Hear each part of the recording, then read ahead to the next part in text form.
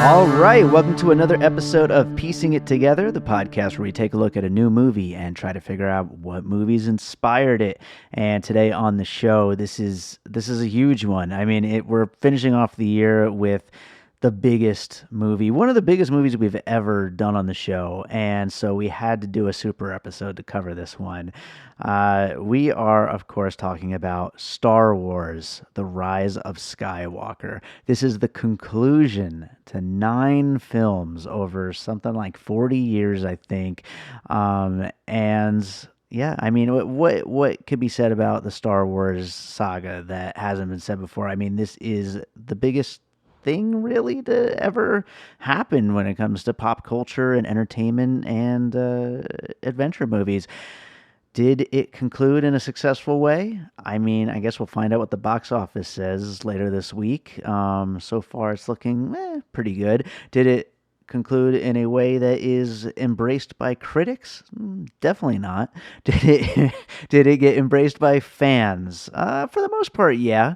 But for this episode, I'm talking to 6 people. I've got 6 co-hosts, all returning co-hosts on the show. We've got JC from the Screen Fix podcast. We've got filmmaker, my buddy David Michor. We've got my friend TJ Cross, who's a composer. We have a friend of mine, one of my old friends, Adam Wells. And we've got the Lady-Wan, also from the Screen Fix podcast. And we've got returning co-host who's been on here a whole bunch of times this year, Joe Black. He's also a filmmaker. And we have a pretty wide range of opinions on this movie, mostly leaning towards the negative, I gotta say. But it's a pretty wide range anyway. A lot of great puzzle pieces, a lot of great discussion about Star Wars and about how successful this concluding trilogy was, and specifically this film, directed by J.J. Abrams, of course. So we got a lot of podcast to get into, but I do want to remind you, as always, to make sure you are subscribed to Piecing It Together on your podcast app of choice. You can rate and review us on Apple Podcasts or Podchaser, and follow us on social media at Piecing Pod, and join the Facebook group Popcorn and Puzzle Pieces, where there will surely be a lot of conversation about this movie in the coming weeks. So let's get into it. 6 conversations about Star Wars: Rise of Skywalker.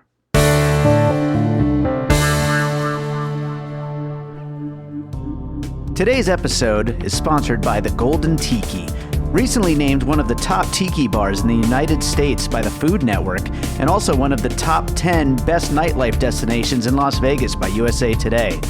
They've got great rum, mixed drinks, and of course the Dole Whip.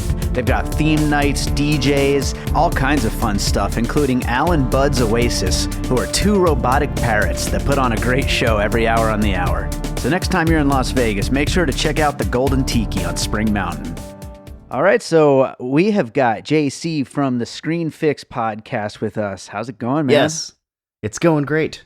Are you excited? It's a Star Wars weekend. Does that excite you? This is Star Wars weekend. I saw it Thursday, opening night. Nice. Yeah, I saw it by myself. Oh, okay. I was with my brother-in-law. Yeah, it was quite an experience. Pretty divisive. It was weird, actually. At one point, someone got up in the middle. This was like towards the end. Mm-hmm. Walked to the front of the theater. And face the crowd. I was like, oh my God. Oh, it's about to happen. I was like, we're all going to die. I was like, this is every moviegoer's fear right now. But he just yells, fucking dumb.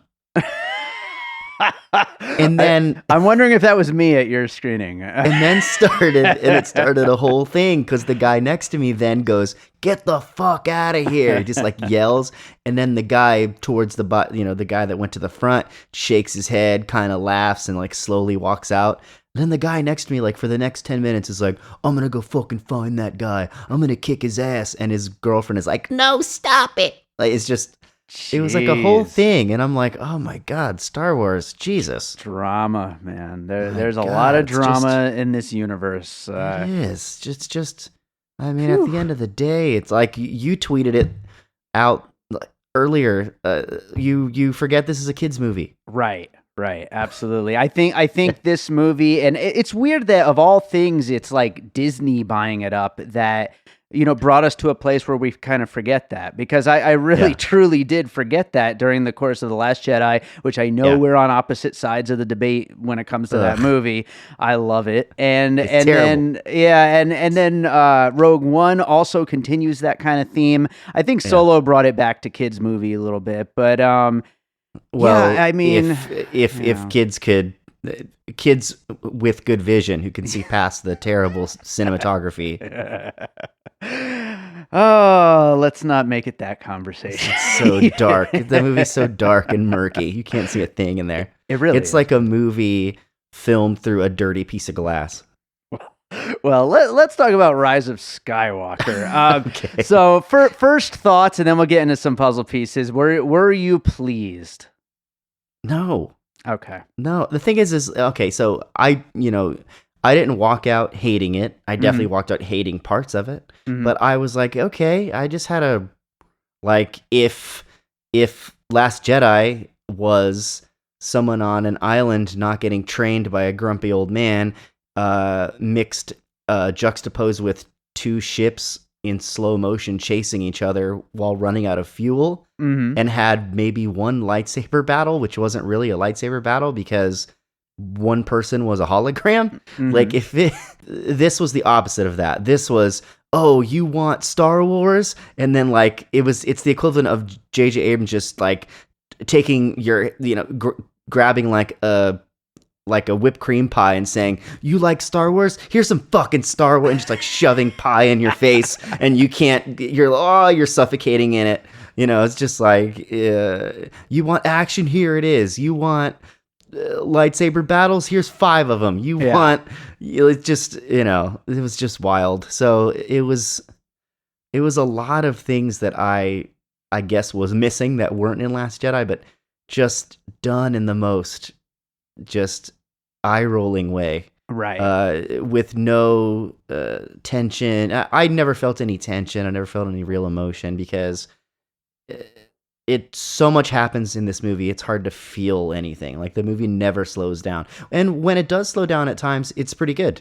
But it's like, this movie just never slows down. It just goes nuts. I can't help but think, and although I love The Last Jedi and I love what Rian Johnson did with it, that the reason that this one ends on such a all over the place sloppy finish is because he's trying to get back to his story and fit in every idea he had after the second one was given off to somebody else. I think he probably should have just made his initial deal like, oh, I'm making this trilogy and that's end of story. Well, here, let me fix this whole thing. Ready? Okay. All right. So, Force Awakens, Last Jedi, and Rise of Skywalker, all 3 of them written by George Lucas with different, really good directors from this era.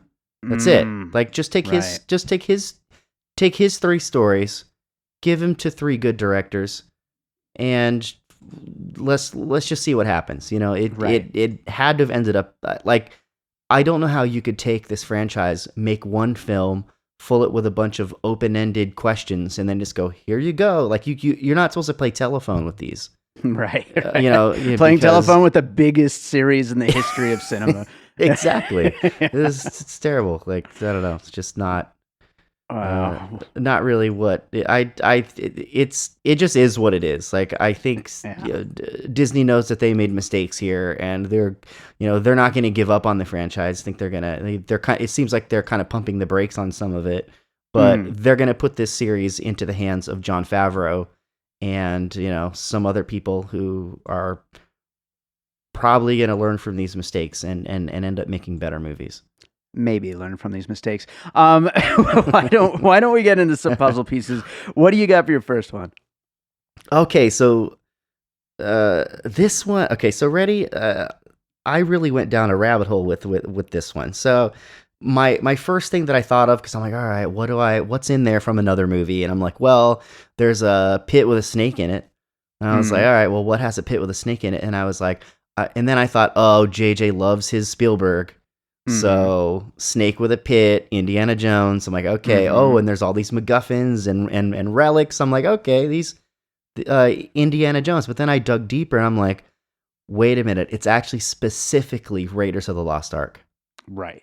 Absolutely. I would agree. Like, I think if I was doing a regular old episode of this, I would have used Raiders as a puzzle piece as well. But yeah, I'll let you continue on it, though. Yeah, and then once you start combing through it, you're like, oh my God, because I'm like, okay, there's a snake in a pit. There is Poe goes to that snowy city to find his old flame. Mm-hmm.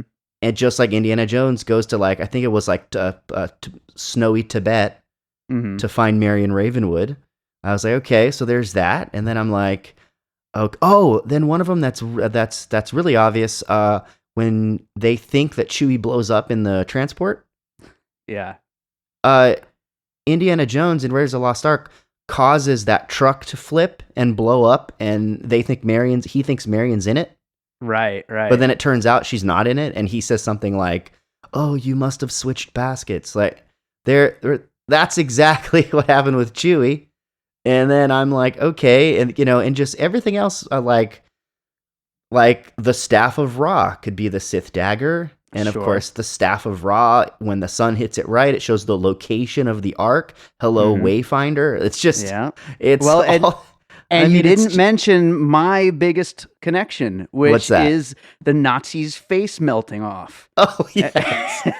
That's right. That's right. The Emperor's face it does like melt off, doesn't it? They cut away way too quickly, though, unfortunately. But it does start to peel away and melt away. Yeah, which yes, it does. It's like, you're right. So there's just, and you can keep going. Like, Indiana Jones gets on horseback to intercept the truck and to get the Ark to put it on the ship. And I'm like, sure, they're riding on horses on it. I mean, now they're stretching, but now they're kind of stretches. Like, I'm like, okay. And Rey buries the lightsabers at the end, and the Ark gets buried in a warehouse full of artifacts. But you could. But I was sitting here going, this son of a bitch. He's basically making Raiders of Return of the Jedi, right? Is what he's making. Because there's obvious Return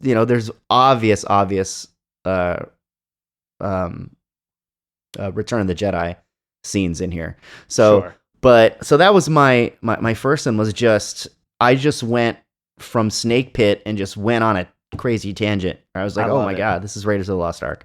Perfect. I love it. And, and honestly, I mean, the Indiana Jones and Star Wars series are so linked just from the get-go, and so it makes so much sense that one would influence the other. I'm sure the next Indiana Jones will end up coming back and talking about these new Star Wars movies. Yeah, I mean, both story by George Lucas, both screenplays by Lawrence Kasdan, and of course, Raiders was directed by Steven Spielberg, who's like, I think JJ glues pictures of his face to Playboy calendars. It's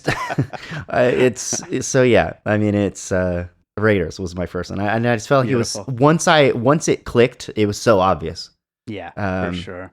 So, and then my second one is actually The Goonies. So another kind of Spielberg connection. That one was produced by Spielberg. From one scene where I was like, this is so Goonies.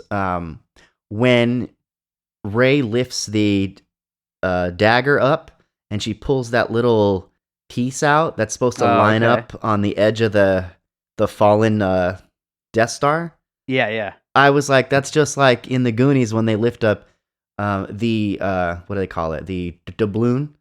And it has the little holes in it, and it matches up the island to the restaurant. Right. I was like, oh, that's I'm trying to remember. I haven't seen seen Goonies in a long time. I really should go back and watch it. It's been since like high school or something. But I'm trying to remember, was that one of that? Because you're right. It's like a very similar like little tool thing. Yeah.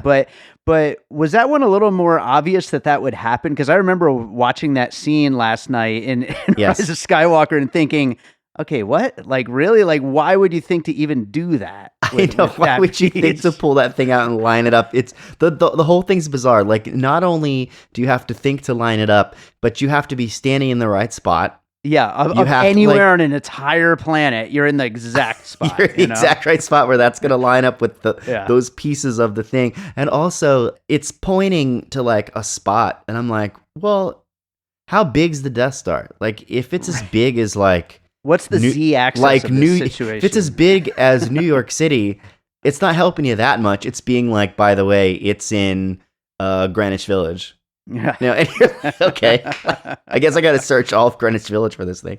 Yeah. Oh, is there another Raiders Lost Ark there? When she grabbed the Wayfinder, she had to like fight herself, right? Oh, yeah, that's right. Yeah. So I guess that's the equivalent of grabbing the artifact and having the temple start falling on you. Sure. Yeah. Raiders of the Lost Ark, man. But anyway, like you can sit here and do Raiders of the Lost Ark with this thing all day. But oh yeah. For sure. But Goonies, yeah. So when they lined up that thing and they were like, "Oh, okay, the restaurant must be where we start this adventure." And then when she lined that thing up, I was like, man, JJ loves his Amblin so much. He sure does. Yeah. He I mean, sure well, does. I mean, go back to Super 8. I mean, he was just doing Amblin 100%. Yeah, he was. You know? He was doing like his own Amblin. Yeah, absolutely. I am very much looking forward to now that this is over, and hopefully JJ has nothing to do with Star Wars in the future. And it's, we know Jon Favreau is supposed to be a big part of it, possibly Rian Johnson again. I hope JJ does something original coming up soon. And No, just he's gets not. out of all JJ's this. now supposed to go over to the DCEU.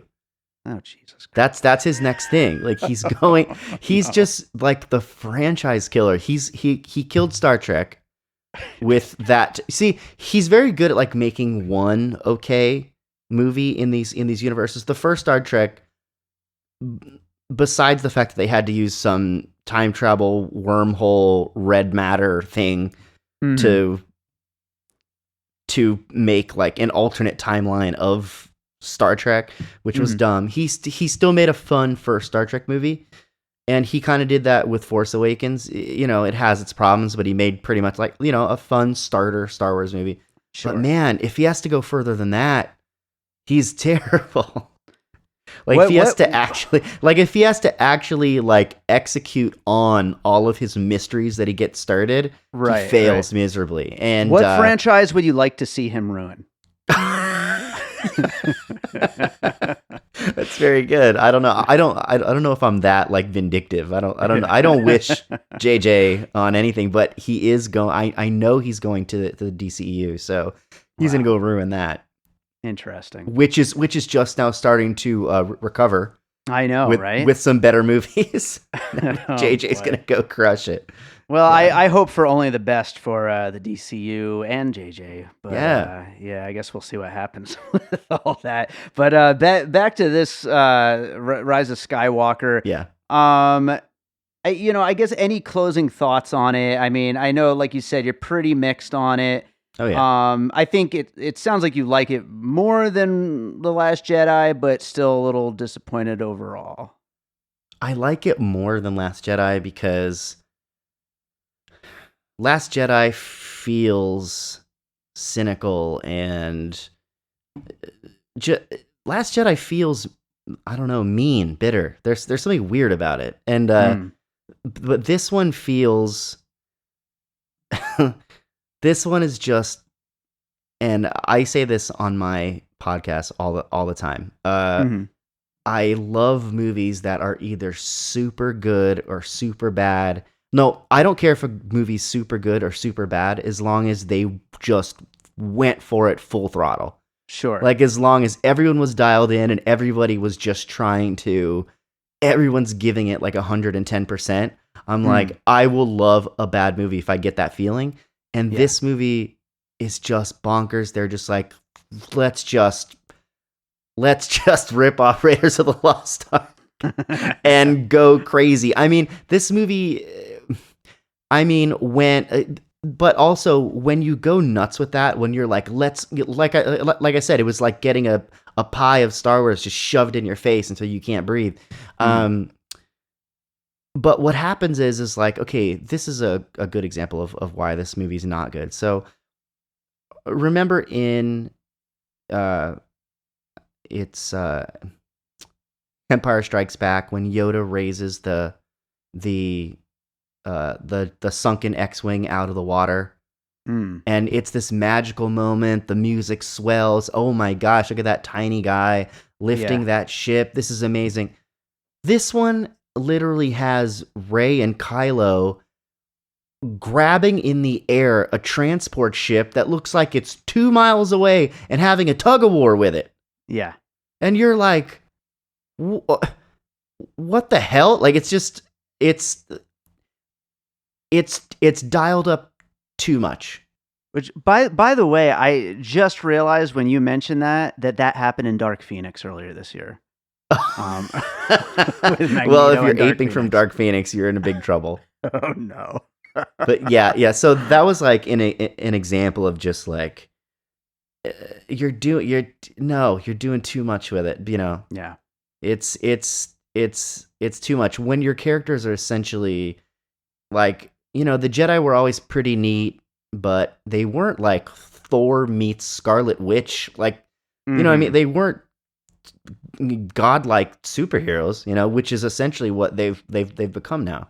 Right, exactly. That and I mean that's got to be a lot of Disney influence, I'm sure, but you know, I don't know. It just seems to be what a lot of these kinds of fantastical films are nowadays, are just everybody just flying through shit and just, you know, it's just like no rules whatsoever. And it's I don't know. It's hard, but I got one last question. We'll wrap it up. Okay. I know you're a big Star Wars fan. Yeah. Wearing my Star Wars hoodie right now.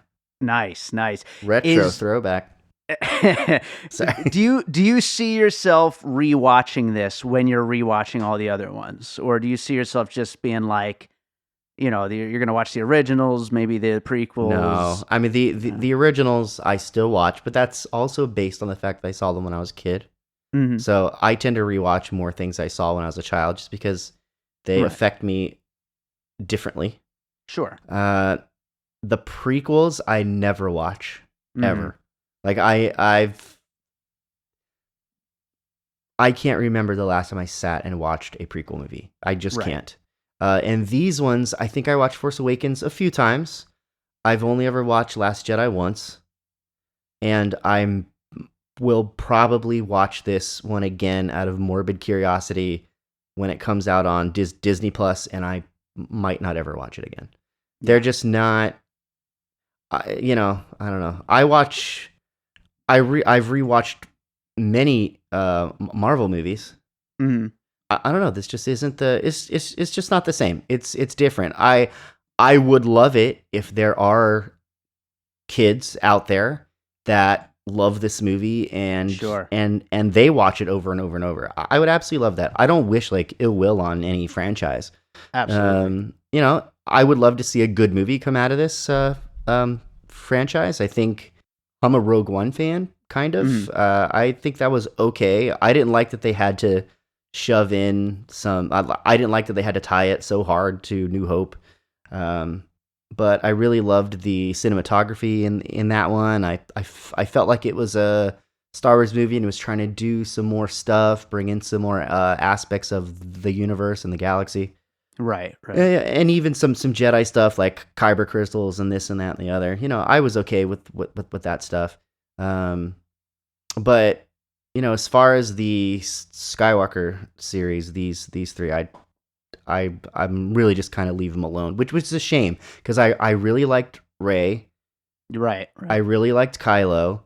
I really liked these characters, and I wish they had I wish that they had done those actors more justice with the characters. Couldn't agree more. I love the characters. Do not really like what they did with them, basically. But yeah.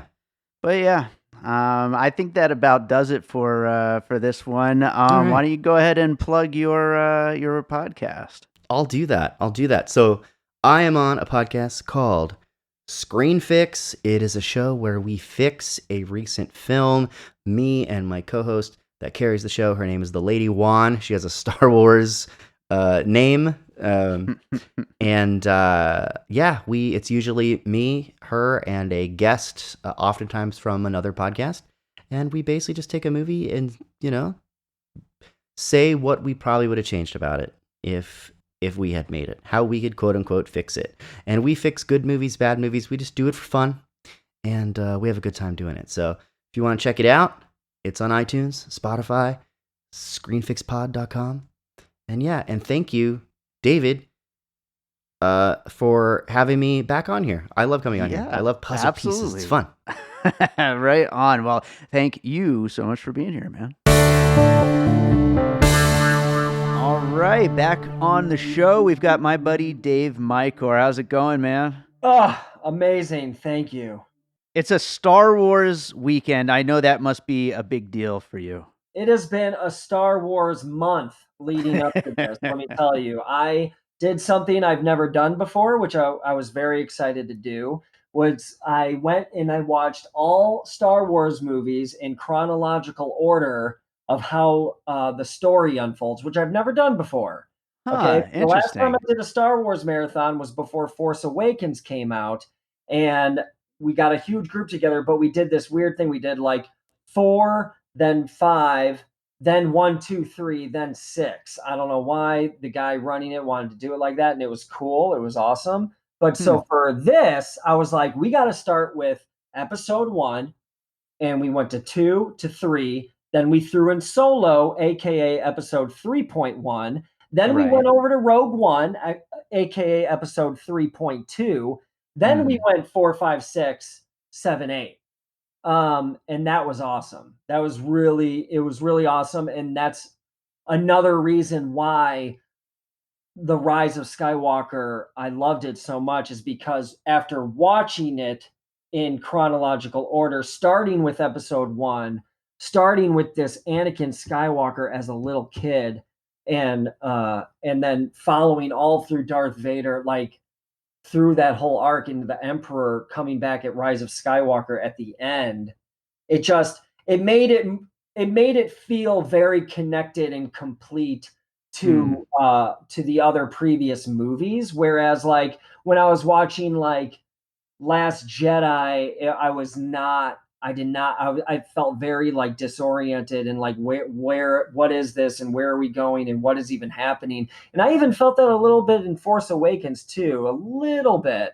But Mhm. um, now after getting through Rise of Skywalker, I even like the Last Jedi even more now. I was just about to ask you that, like before we got into Rise of Skywalker. How did you like it this time around? Because I know that you're on the side of the Yeah, not liking that one debate. yeah, I really don't like it. I still don't like it a lot. When Hmm. I watched it in this order going into the new one, I still and I listen. I went in, I gave it open mind chance that I always do, and I still like really don't like it. However, after watching Rise of Skywalker, it does make it a little bit more acceptable with the whole like Luke vanishing using all of his force power type stuff, which I've always like really hated ever Hmm. since I saw it. But now, after going through Rise of Skywalker and seeing like all that force energy, like going like Leia and like from Ray and to Ben and all that back and forth, like it really now like kind of I'm like now okay with it in the Last Jedi, if that makes Right. any sense. I don't know. No, that makes sense. Yeah, and I just back to the whole marathon thing. As much as I didn't love the Rise of Skywalker, we talked about that a little bit before we started rolling here.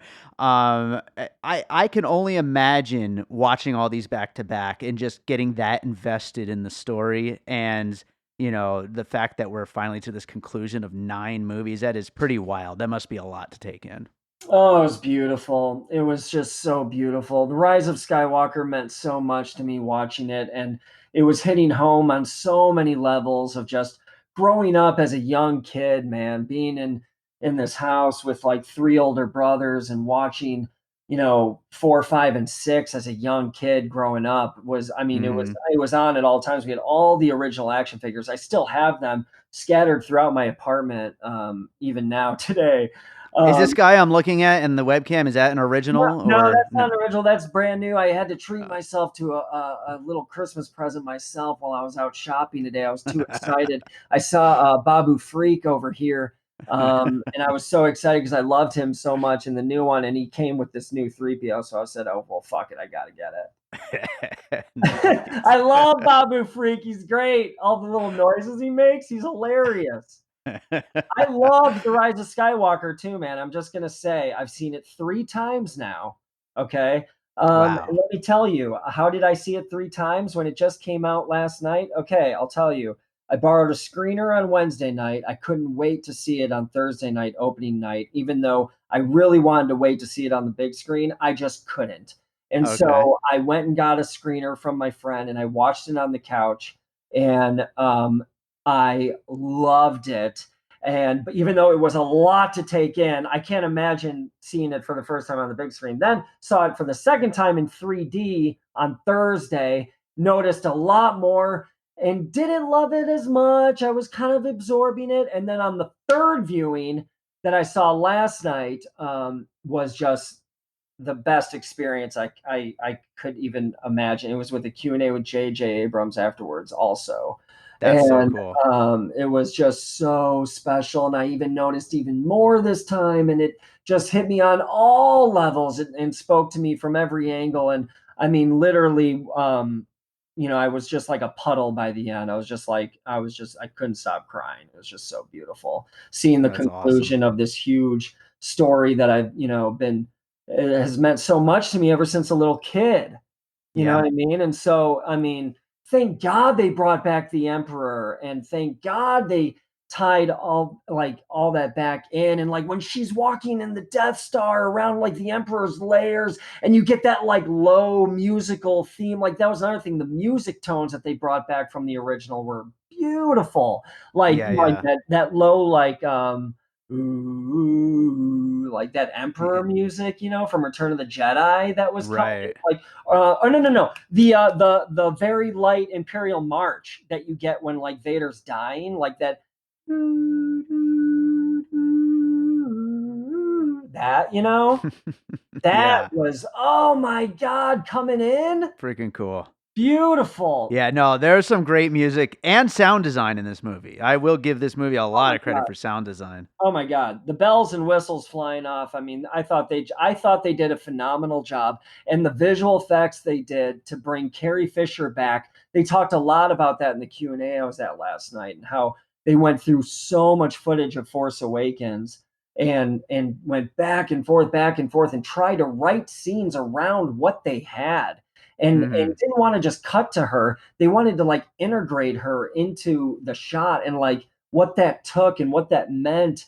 And like that was just so beautiful. And also the fact that they threw in the whole arc of Leia training and being a Jedi, and seeing her young Leia with young Luke training with lightsabers was beautiful. I mean, how much more can you tie back into the old original like story that you grew up with and loved, but to say like, when they're like, when Yoda's like, no, there is another, blah, blah, blah. Like, dude, yeah, there's another. There's Leia. Yeah. There's Leia. She's part of this blood in this lineage and this power, and so that never was explored. And so to see that and to accomplish that and to do all that after our beloved Carrie Fisher's passing, I just thought it was phenomenal. And they did a fantastic job. Awesome. Awesome.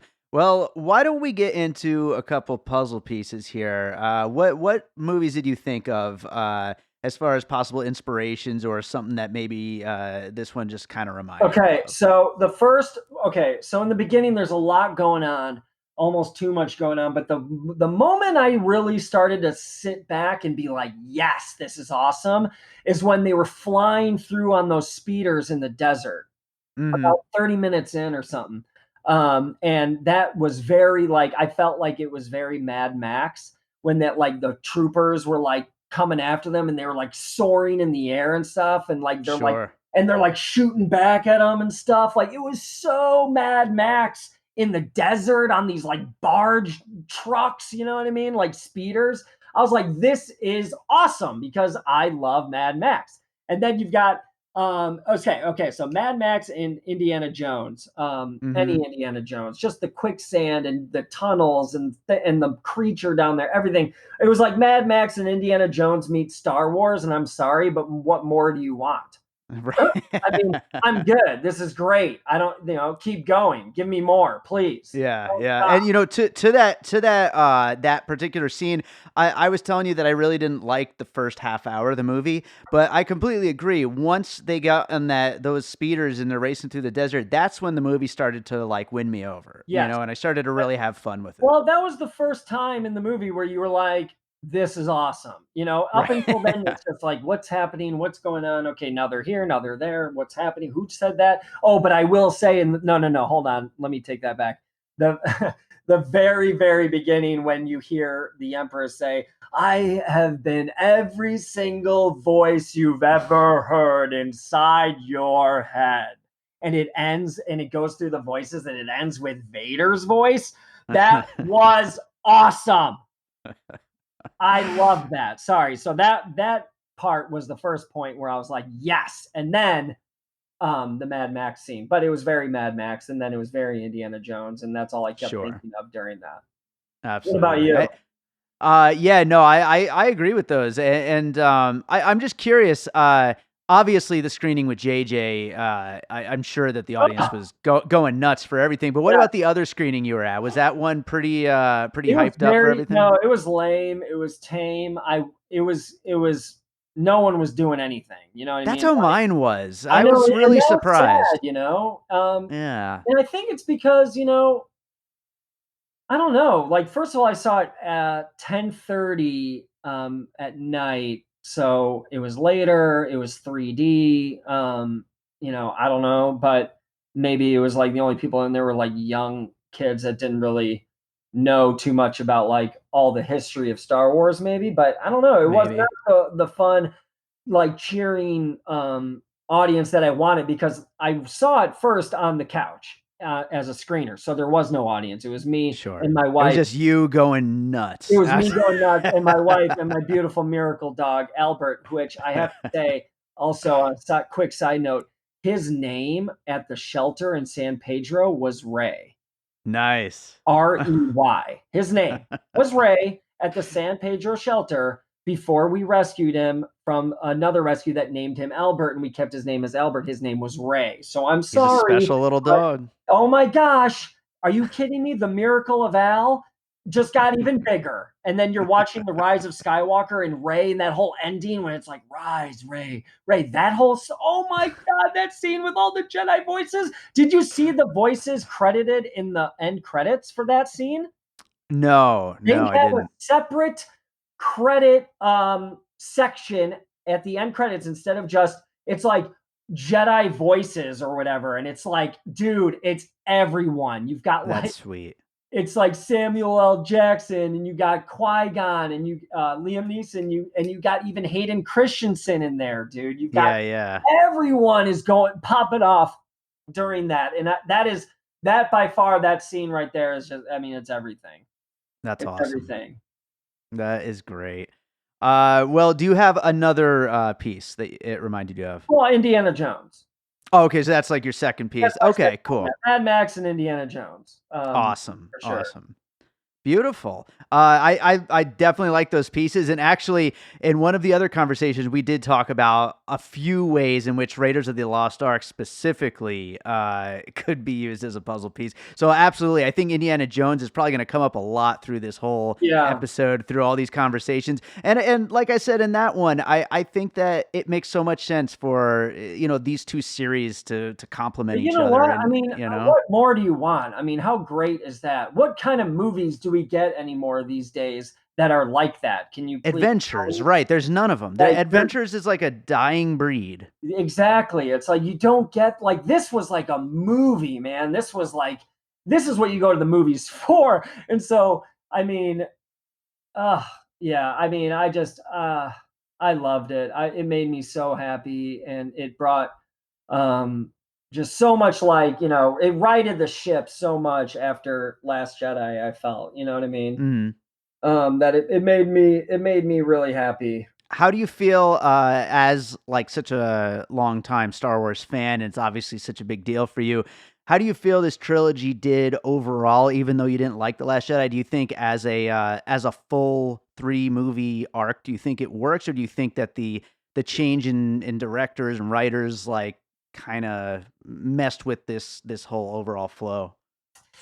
Yeah, I do feel like it was a little too messed with. I think they needed to come up with more of like a grounded game plan for Hmm. such a big billion-dollar franchise. price tag that you're going to have to build up around. You should have everything in place. And in fact, the Q&A last night, JJ talked a lot about that, how, they had a lot of conversations about what they wanted to do. But after Force Awakens, that Rian Johnson was like, well, I'm going to go this way and I'm going to do this. And how, it was great. It was that vision. But then how then when JJ came back, he was never expecting to come back. And then when he came back, it was like, okay, let's bring this all together.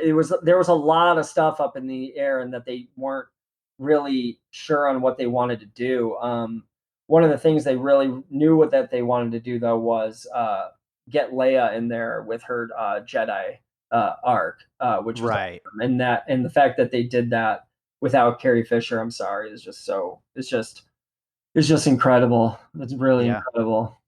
For sure. Yeah, I do think that as much as I love Rian Johnson and as much as I love Last Jedi, I don't think it ever made any form of sense to switch directors, switch writers with a franchise this big. Yeah, It with this type of thing and this big of a thing, you need to be like, okay, yes, you can do this. No, you can do this. This is where we're going with this, and this is where we're going with this.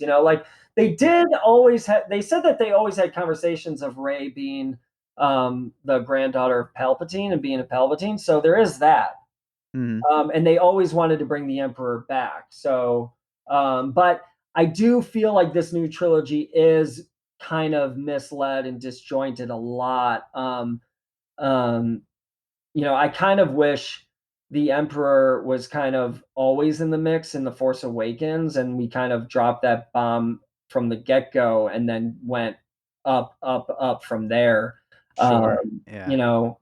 and so Well, that's all part I of the feel like rushed feeling of this one. yeah, it's a little bit bringing like, him in oh, now. we gotta save the day. Here he is. Now let's do this. Now let's do that. I mean, I will give you that. It is a little rushed, Mm-hmm. but it's okay because it hit me on so many levels, man. I just loved it so much, and I think it just has such a stronger message than just being a Star Wars movie. I think Mm-hmm. the underlying theme about just fighting for the good in you and in other people. I mean, the whole Rey conflict of here's this good person with a really, really horrible, dark past and lineage, but she's still this burning light, Yeah. even though what she comes from, and then Yeah.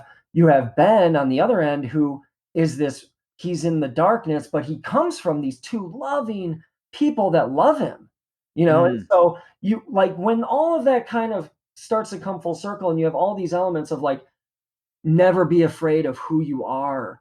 And I don't know if I have this, I know what I have to do, but I don't know if I have the strength to do it. All of these themes of fighting the good and seeing the good in you and fighting the darkness. I mean, for me, it's just speaking on such a higher level than the Star Wars movie. I think it's just a beautiful message for young kids and even us, even myself. Yeah. It's beautiful. So Well, that's awesome. I'm glad that because Star Wars obviously means so much to so many people. So I'm glad that a lot of those people are going to get such a positive message out of and a I movie like mean, this. the fact that, it's not really a case and shut type of ending that I thought I was expecting more of a solid, this is done ending. That in 5 or 6 years, down the line, after all the spin-offs, you come out with an episode 10. It's gonna happen. It's There's gonna no way in happen. hell it's not gonna Oh yeah, happen. it's gonna happen. I mean, and then you have Ray, and you could, who knows where you go from there, whatever. And that's just gonna be epic, epic, epic, epic. But I don't know. We're in a weird Star Wars land right now. It's like this weird thing that you love so much growing up, and then all of a sudden overnight, it's like you can't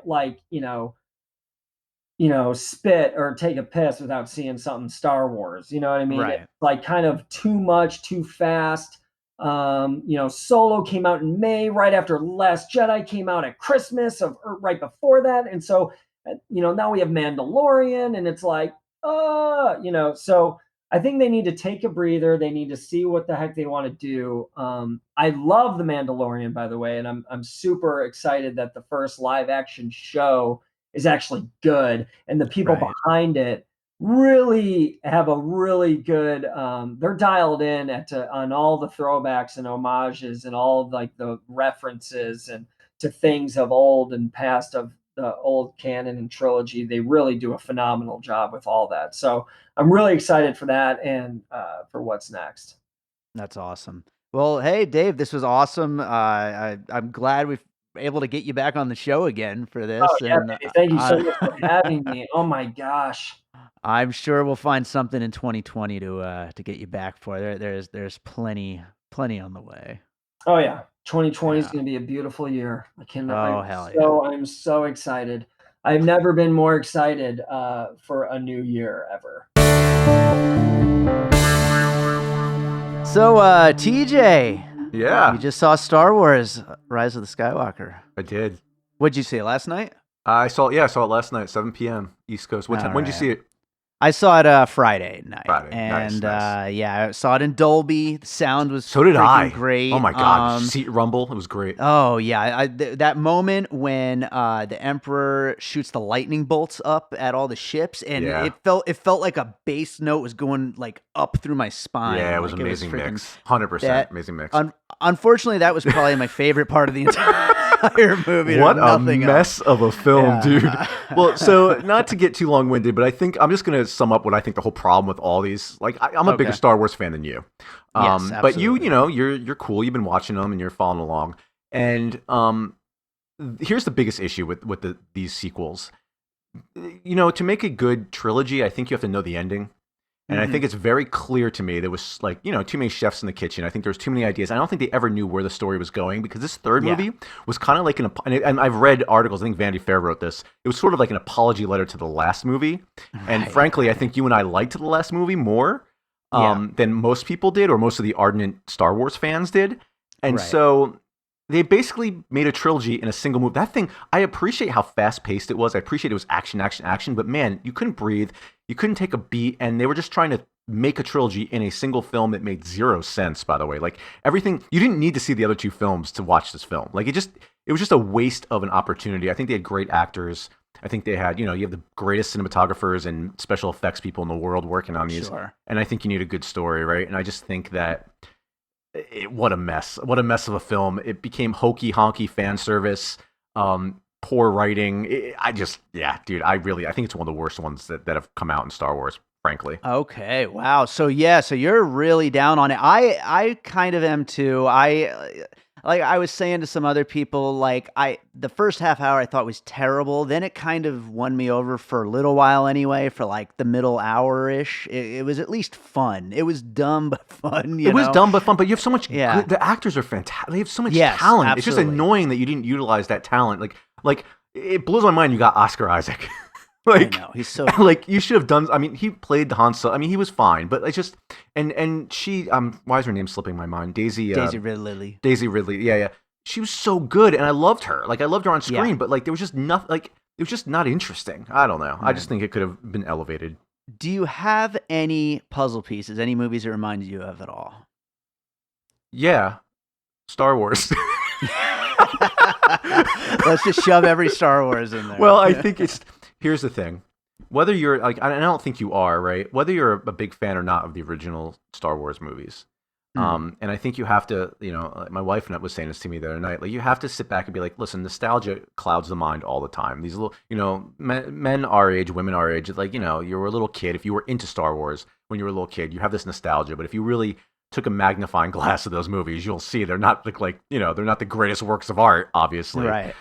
But what'd they do? They brought special effects to a new level. Like no one ever saw a spaceship like that look that good in space. Sure. You know, never saw epic fights and lightsabers. Like, and also it was the classic good versus evil. The problem with this film is what the prequels, the episode 1, 2, and 3, which are from the 90s and early 2000s, did was Star Wars is a very minimalist story, and they keep trying to tell it in a maximist way. They keep trying to make it way more complicated than it needs to be, and it just becomes like you said, is dumb fun. Like the irony is they're trying to be complicated, but it ends up just being dumb, whatever, pew pew. And so if I want to do a puzzle piece for you, yeah, it reminds me of the prequels, episode 1, 2, and 3, Phantom Menace, Clone Wars, and Revenge of the Sith, which the problem with those films, again, were they tried to make them bigger films than they needed to be. And I mean bigger in fact, in the sense of the story, not obviously the special effects, because they should be big. But yeah, that's my puzzle piece.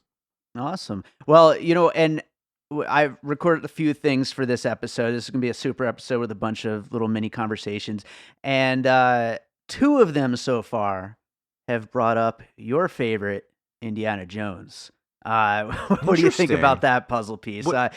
I particularly thought of the Nazi face melting in the Raiders.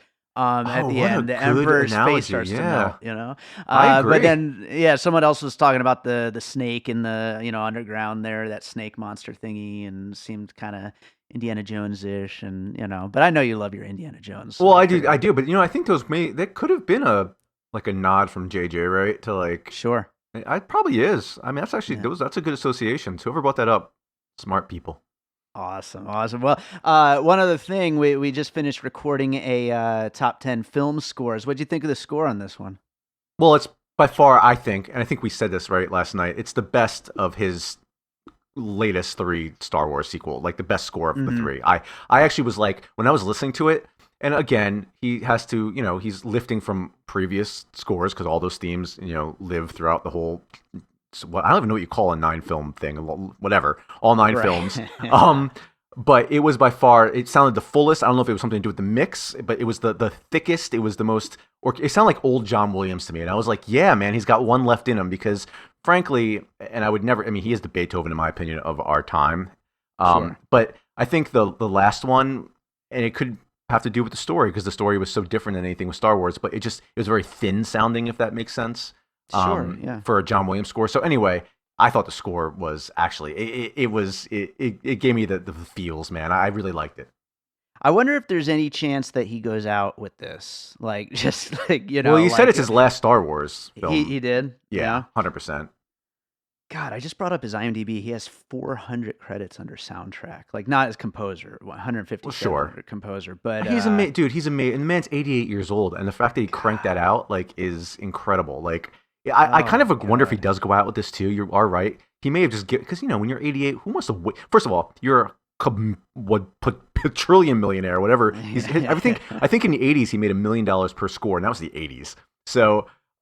He's fine, So the fact that he still woke up with that energy and was like, "Yeah, I'm gonna really give it my all," might also say at 88, he's like, "That, that's my swan song." Well, if he's 88 now, when he is 90, he is attached to Untitled Indiana Jones Project in 2020. Oh, let that be his final score because I need John Williams in the Indiana Jones movie. We have. Look, can we all save Indiana Jones? Can we get one good final Indiana? Listen, Harrison Ford looked great last night. He did look great in this. I was like, really did you notice? I was like, man, he's still, I mean, that's a sexy man. I'm sorry. He still looks good. That man's like, how old is he? Like 70 something? 76? Yeah, something like that. So, you know what? Maybe that's him saying, guys, hurry it up. Like, let's get this movie going because I could still viably see him do that. Please, I'm going to keep going on about Indiana Jones. I'm too excited. I want it to be good. I want it to go out with a bang, not have Shia LaBeouf grab the hat at the end. Hey, Shia's having a great year. Shia's the man. What a turnaround. Seriously. Serious turnaround. Yeah. But that's another story for another time. Yeah. So any final thoughts on Rise of Skywalker, on the trilogy, on this capping off, I guess it's just, see, I'm not I'm not one of those crazy Star Wars fans. I'm not like screaming from the balconies like this sucks. I just think it was a missed opportunity, man. I think it could have been something else. Entirely, but at the same time, lightsabers are cool. There you go. That is absolutely a true fact. I can't argue with that.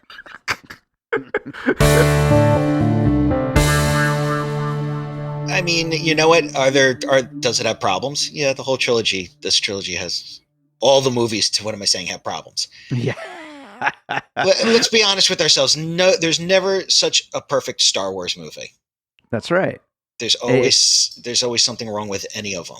Well, they're so big and there's so many hands involved. And by the way, I'm rolling already. We might as well just kick it off that way. But Okay. there's so many hands involved with movies this big. It's like, how is it ever going to work out with that many hands? I mean, I feel that if they had some real plan, I think they had some broad strokes, but it, I'm beating it to death because you probably have read this or heard this somewhere else that there was no plan, and it surely seems like there was no plan. Right, But right. at the same time, it certainly wasn't as dull and wooden as the prequels, which had a plan, which had a very concise 3 arc story, but was just laborious with the acting and the bad dialogue. At least there was some good chemistry amongst the Mhm. characters, and it made for a fun adventure. Right. Um, are there some big plot holes? Yeah. Uh, you could fit the entire rebellion through some of the plot holes in this movie. One might say. Yeah, One no, might. I love the characters and I love the actors, and yeah, it's just what's being done with them that's just kind of a little all over the map. I love the stuff with the three arc act with Rey and Kylo Ren. That stuff was good. I'm a Mhm. huge John Boyega fan. Loved him in The Force Awakens. Thought he was fine in The Last Jedi because it seemed like they were repeating his arc Mhm. of pretty much somebody who is fearful and doesn't want to fight, and then he comes full circle. I must fight. I must be a hero. And then this movie, he's just there, Yeah, and they seem like they want to give him some character arcs and some things to do, which he never gets to do. He never gets to say "I love you" to Rey sure. or whatever he was supposedly going to say to her. I'm hearing online that it's that he was force sensitive. That was the big thing. That was the reveal they never got around to. I mean, they alluded to it because he felt that she got away, Uh-huh. or she, spoiler alert, may or may not have died. I can't believe I just used the phrase force sensitive, by the way. Yes, you did. Uh, by the way, can I rename Force Sensitive to the David Tingle?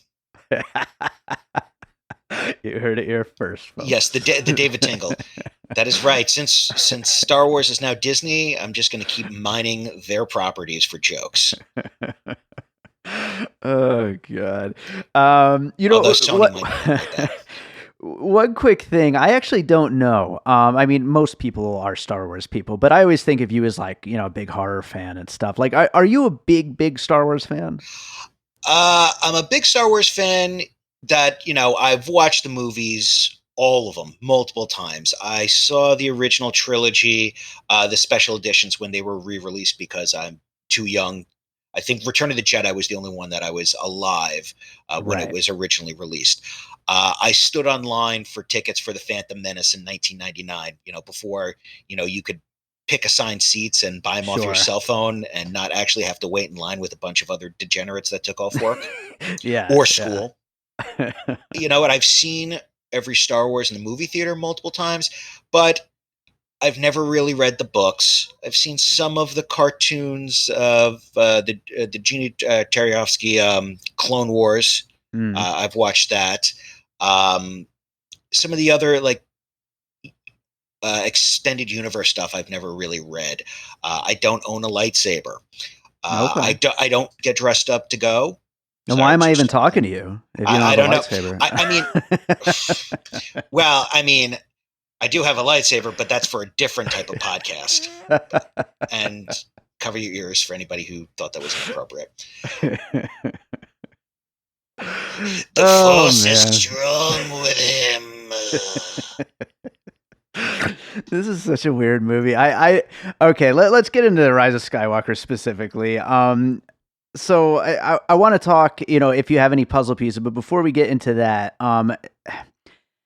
where do you feel like this fits in as far as like not just like, chronologically, obviously it's the end of the story, but as far as like, do you think it fits in? Do you think that we talked about how there's too many hands involved and there wasn't really a clear path forward necessarily, but do you think they stuck the landing in any way as far as wrapping this thing up?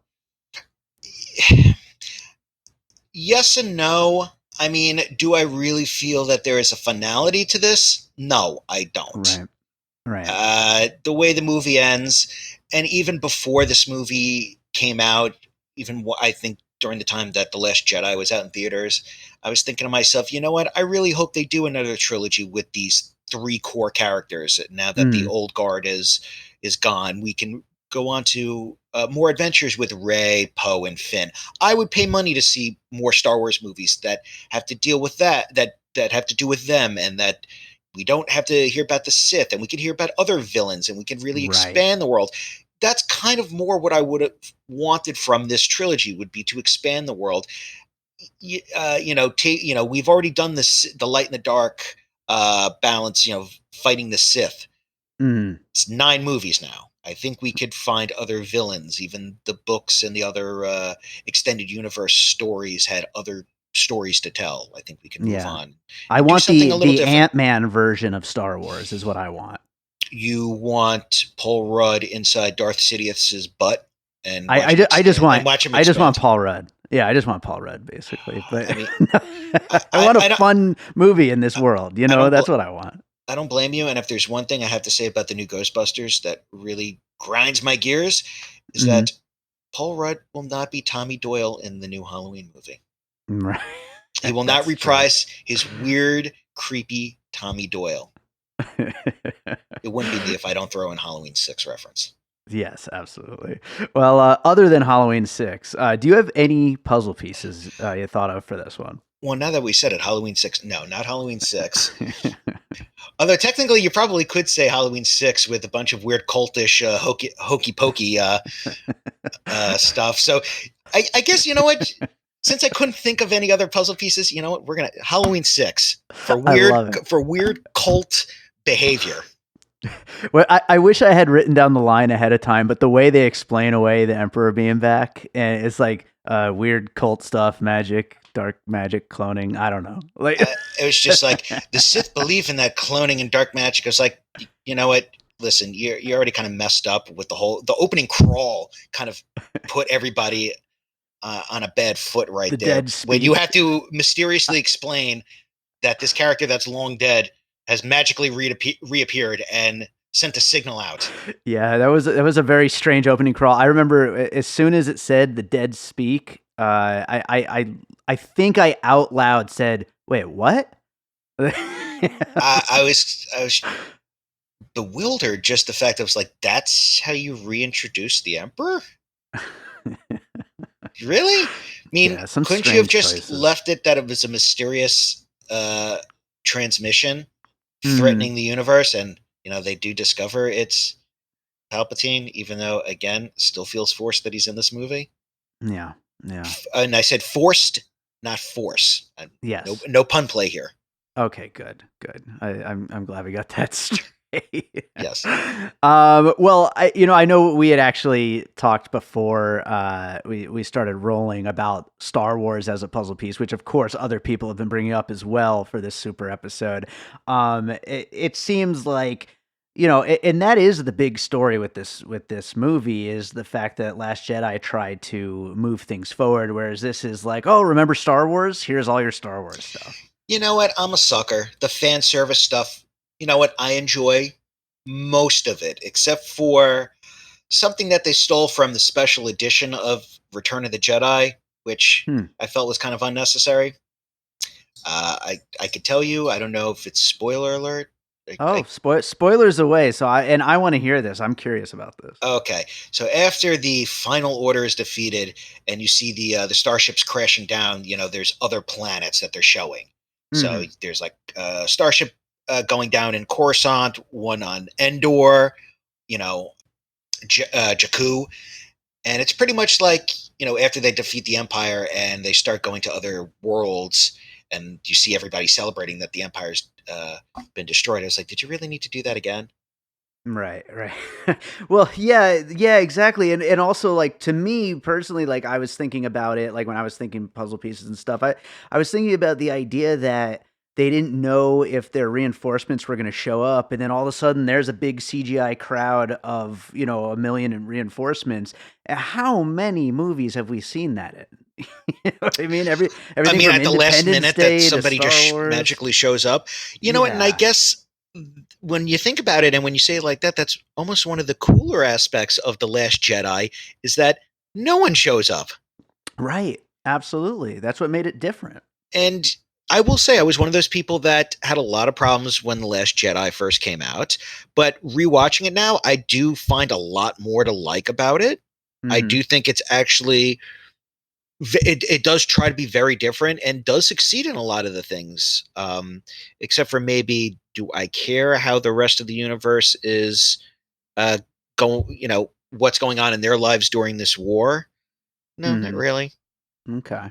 But I like the idea of hope and the spark, and that there's other people out there that eventually could bring a new order of Jedi. You know, when you had that Right. the little kid that was force sensitive. Yeah, yeah. So, you know, and I liked all that. And then, you know, we have this, which is kind of like the Justice League of Star Wars, where it's like, okay, you know, let's cut and paste this thing together and, you know, make it more By palatable. the way, co-written by one of the co-writers of Justice League. You know what? I guess that's another puzzle piece is Justice League. There you go. I was like, the movie before it, people hated it so much, so they chopped and pasted it. So is there a JJ cut or is there a Colin Trevian cut of Star Wars Episode 9? Colin Trevian cut. That's the one we need. Yes, Absolutely. yes. Release the Trevian cut. Hashtag barcode. Oh, perfect. Well, any other closing thoughts on Rise of Skywalker? You know what? This movie is not perfect, and it is far from it. But if you just take all the Star Wars movies essentially with a grain of salt, have a little fun, you'll probably enjoy the 2.5 hours of this movie. It's fun. You know what? Like all the other Star Wars movies, don't hate. Yes. That's the message. Don't hate. And if you need to take your aggression out on something, the theater next door has Cats. All right, go see Cats if you really want to spread the hate, because you and every Yeah. other critic is already doing that. Yes, Cats isn't going to teach you anything about yourself. It's not going to give you any grand lessons. So go hate that. I just cannot wait until one of these days I'm going to be hanging around the city somewhere at midnight near a movie theater, and there's going to be two really, really long lines of people dressed up very bizarrely. People dressed up to go see The Room, and people dressed up to go see Cats. And I'm going to be dressed up to go see Serenity because that was fantastic. Who do you dress up as for Serenity? You just get naked and jump in the ocean, I think. Just well, you have the long curly hair, you know, you got the grizzled facial hair, just start screaming into the middle of the ocean.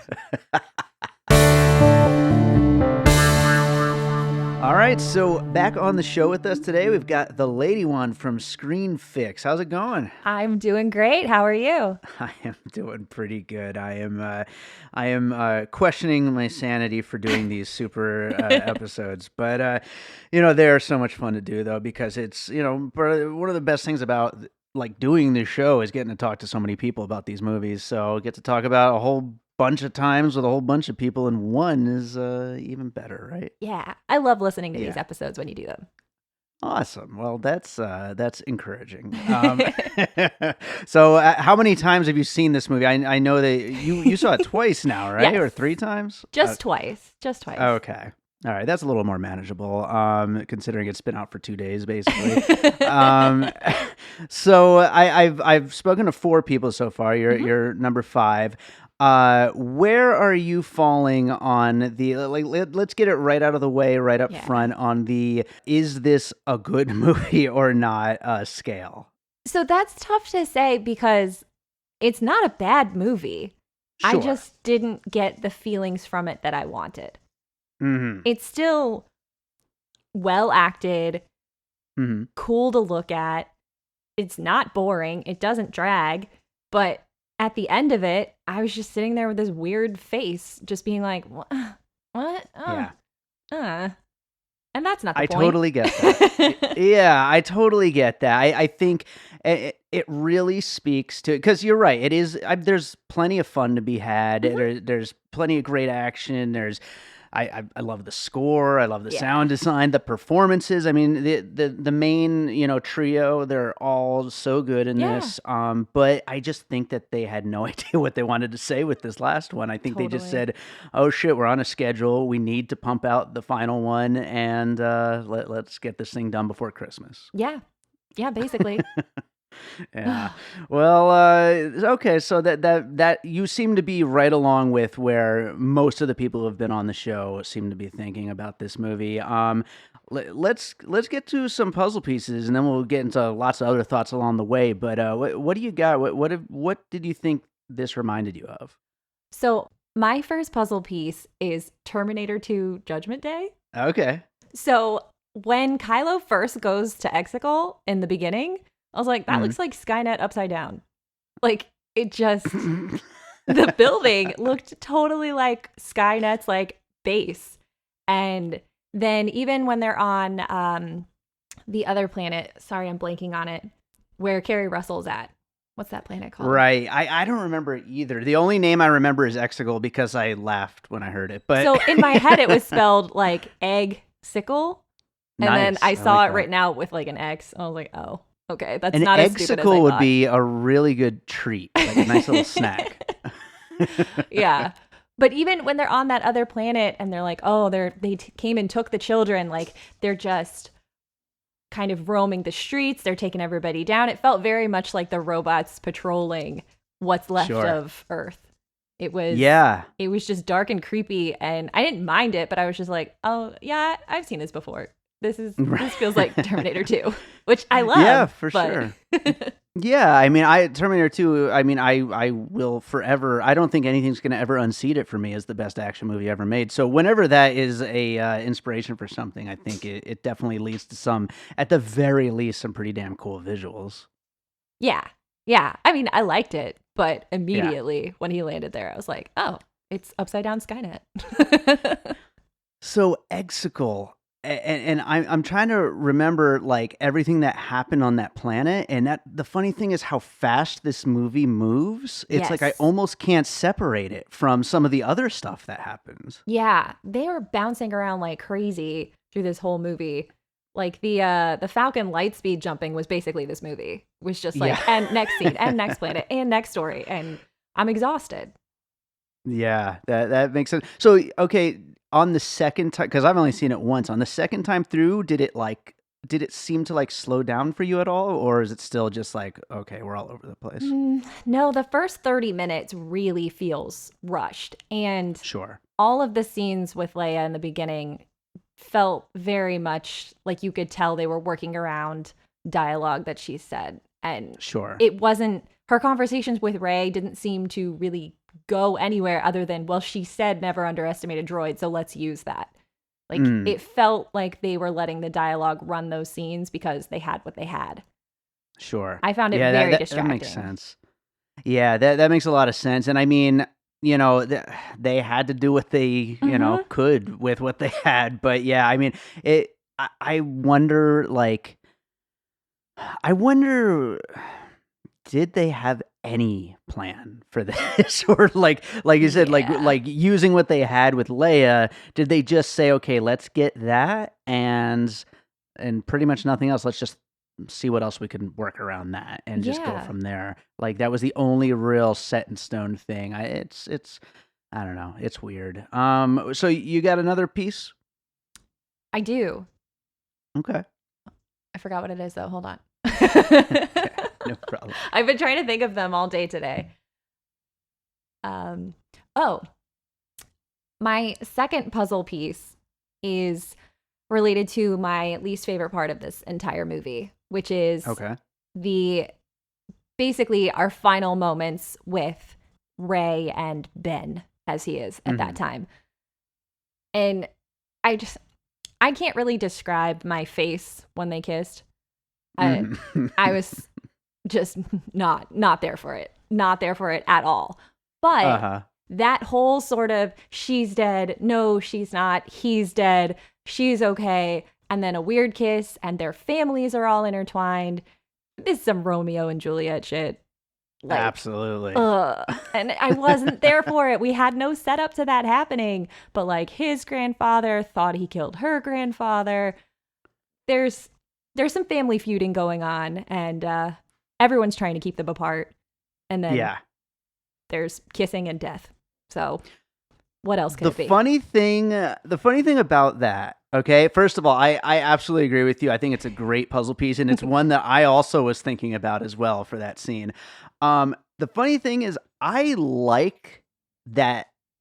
I like the, I don't want to say execution of that, because it's not really that I like the execution of it. I just, in the moment, it was, I don't know, it was like a fun thing to happen, but it makes absolutely no sense. Like you said, it's not set up whatsoever, and it just doesn't work at all, even though in a strange way, I also kind of like it. But I don't know. It's just, I like it because I like the actors and the characters a lot. Yeah. But it just doesn't make sense in the narrative whatsoever. And like you No. said, it's super weird that they went there. It doesn't really, it didn't need to. No, it didn't need to happen at all. Like, sure, they can like have this moment together. They could hug, but like Sure. they don't have any chemistry like that. Like, it doesn't make any sense. It came out of nowhere. It sure did.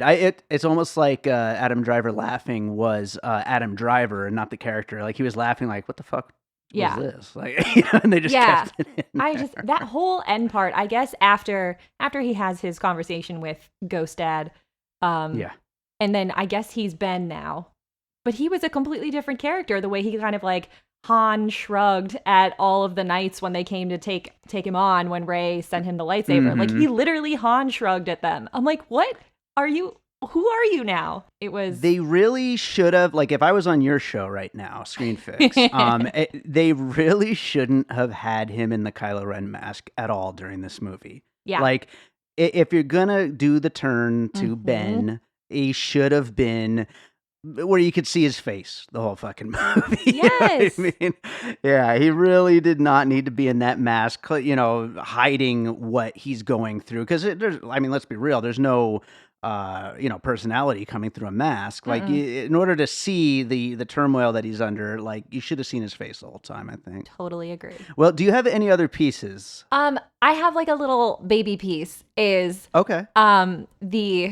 I think the part of the movie I enjoyed the most was when they went to retrieve the Sith translation from 3PO, and that little guy, what's his name? It's Griggs or something like Riggs, something like that. I know what you're talking about. Yeah. That little guy was great. So funny, like absolutely cracking me up. But the whole like, let's go see some sketchy alien in some basement lab to deal with somebody's memory. I was like, oh, it's like Men in Black. Right. It's like the deneuralizer that they take Kay to. I think it's Men in Black 2. I was just like, oh yeah, this tracks. This is will this work? I don't know. Right. Yeah, hell yeah. That makes total sense. Yeah, like the little helpful aliens that are there to basically give our characters like a little something that they need. And, Yeah. Yeah, no, that's perfect. And yeah, that guy is great. One of the other guests that is on this super episode, he went out and got a toy of that little guy and had him sitting on the camera while we were chatting for this conversation. So I love that was pretty awesome. Yeah, he was hilarious. That whole character was so funny. Oh yeah, he was definitely a good addition to this universe. I think definitely one of the best parts of the movie for sure. Yes. So great. Those are definitely great pieces. And any final thoughts about this? How do you? I mean, obviously you're quite mixed on it, but how do you feel it did as far as like, I don't know, at least wrapping up this trilogy? I mean, obviously it didn't wrap up the whole 9 movie thing in a way that's 100% satisfying, but what about as a trilogy? I still find it to be pretty disappointing. In general, J.J. Abrams makes me rage because he cannot finish anything in any way that satisfies me ever. So he's all about questions, and that's really all it is. Him having to answer questions and tie things up, I was like, oh no, this is a terrible move. So just in general, I found it to be like it really lacked the emotional satisfaction that I was looking for to the end of a saga, which is sort of like, Mhm. oh, okay, well now it's over. Mm. Yeah, So absolutely. Your buddy JC. We talked about how he is not a Last Jedi guy. Are you a fan of the Last Jedi? I honestly, after seeing this one twice, I like The Last Jedi better than I like Rise of Skywalker. Okay. I don't love the whole Finn Rose plot that goes nowhere and is meaningless Mhm. the entire time. The movie is too long to be wasting time on that. But the Right. Kylo Rey stuff in The Last Jedi is amazing to me. I love it when they Yeah. force time. That's like Yeah. the best. Yeah.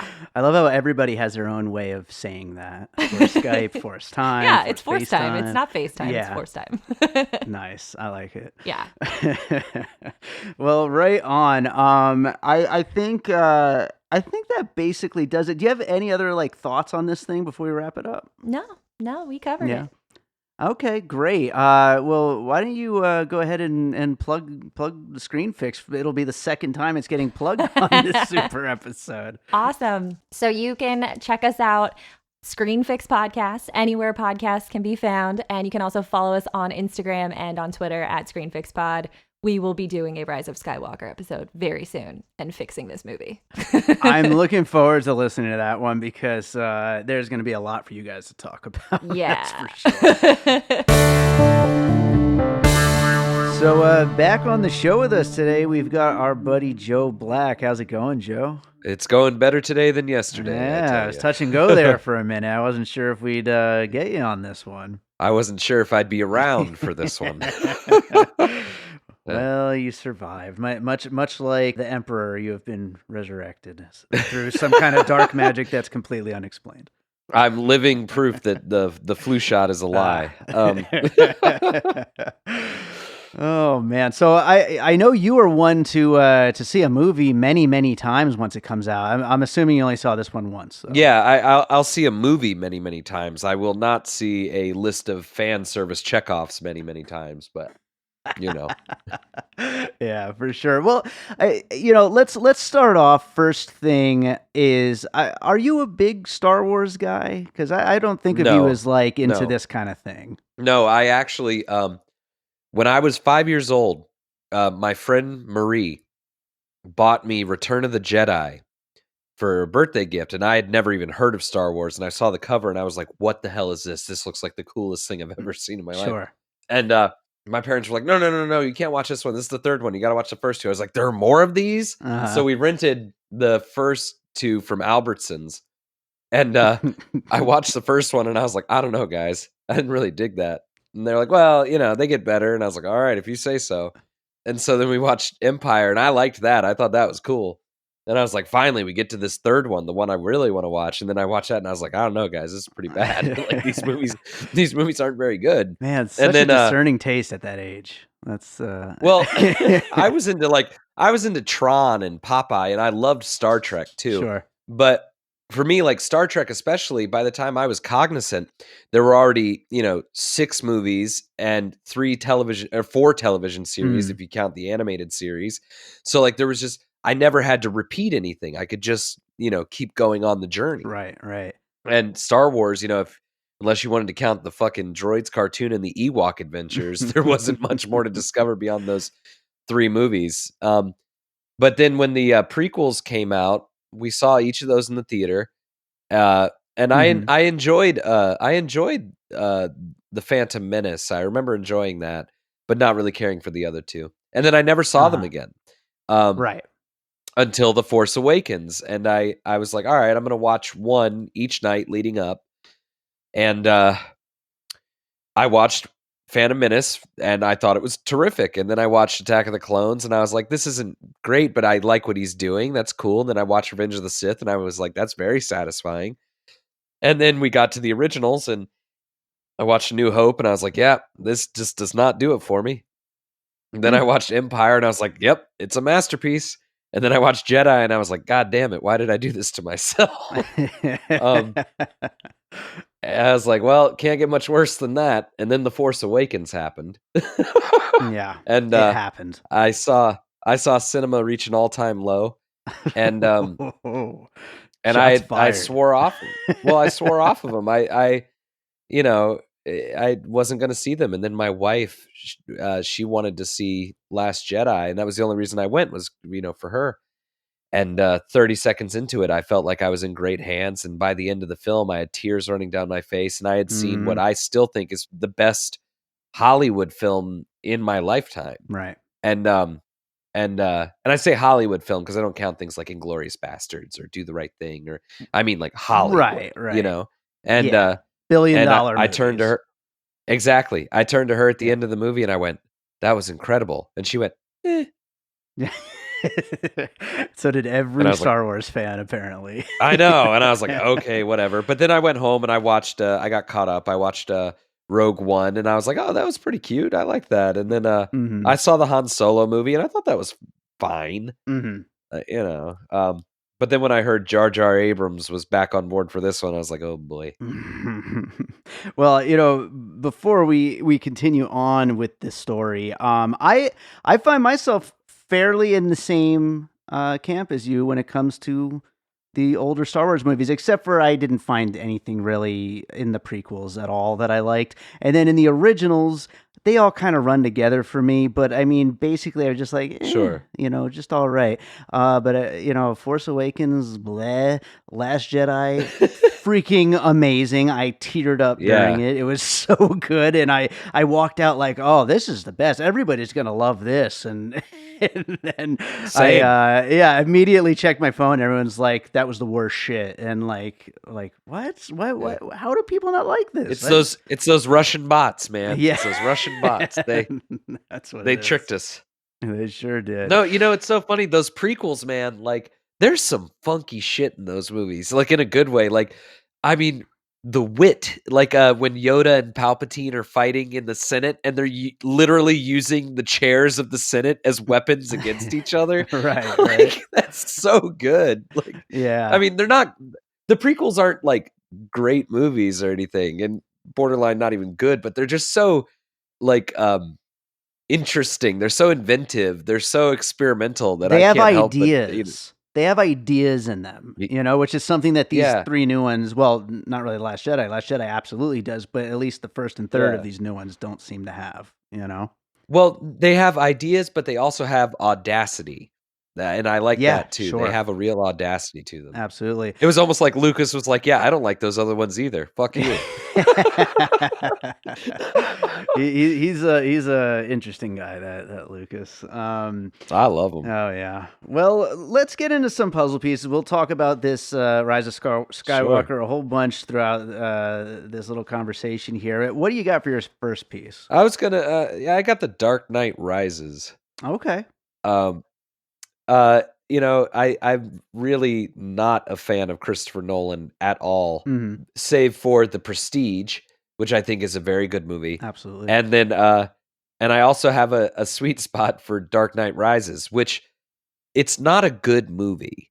Like, I just want to preface it. I don't think Dark Knight Rises is a good movie. It's really stupid, and really thrown together, because Nolan obviously wanted no part of it. Right. It's very apparent that he wanted no part of it.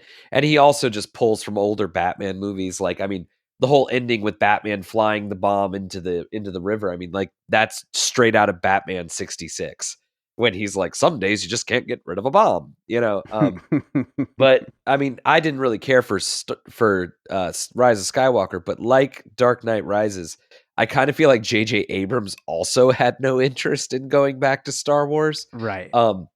For two reasons. One, I don't think he liked a divided opinion of his work. I don't think he liked that at all. Right.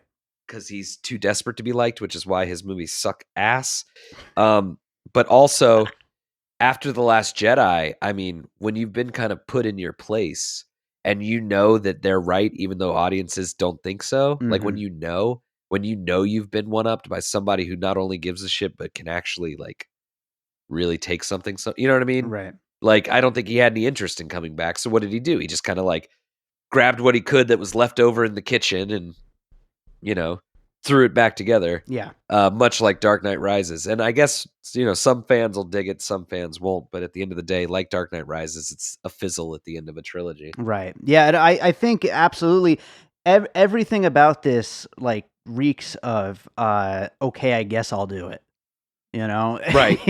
It's like, Yeah. it's like, I guess I got to come up with something. I said on the last little mini conversation, I guess I'll come up with something and get it done by Christmas, because that's the Right. only thing that truly matters, is that this thing's out by Christmas. I can say as a positive about Star Wars, about Rise of Skywalker versus Force Awakens, is that in the first 3 minutes of Rise of Skywalker, I was like, okay, all right, I'm kind of with you. Mhm.